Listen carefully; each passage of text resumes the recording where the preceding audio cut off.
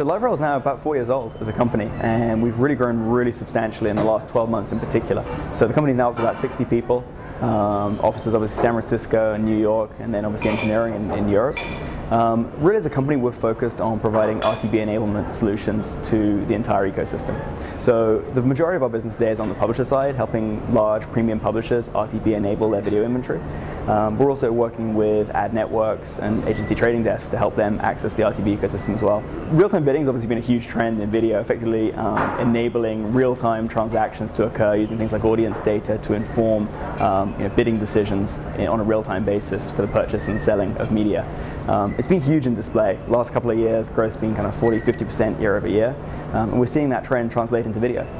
So I think that one of the things that's been a concern for premium publishers is effectively embracing RTB because they have concerns around things like sales channel conflict, things like pricing floors, and effectively some of the challenges around just allowing anyone to bid and access their inventory.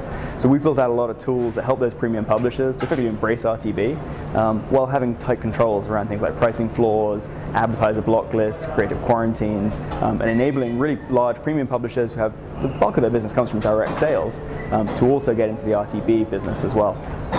So I think it can be, if it's left as a free-for-all, it can actually really damage publishers' core business. If their core business is direct sales to agencies, the trick really is effectively having the right tool set in place to be able to control that and set rules around perhaps invitation-only private exchanges where publishers are very specific about only allowing their preferred advertisers, their preferred relationships to access their inventory. Being able to set things like dynamic pricing floors. So for certain portions of their inventory, they may be willing to accept lower pricing, but for certain premium segments or long-form content, they may want to set very high pricing floors. And being able to adjust those dynamically based on advertiser demand and the market mechanisms. So I think that the right tool sets can really control that and reduce those channel conflicts. I think that we're seeing a real bifurcation of the market among what we call premium and mid to long tail. And certainly in the mid to long tail, there is actually now more supply than demand, and we certainly see the supply side actually growing very, very fast.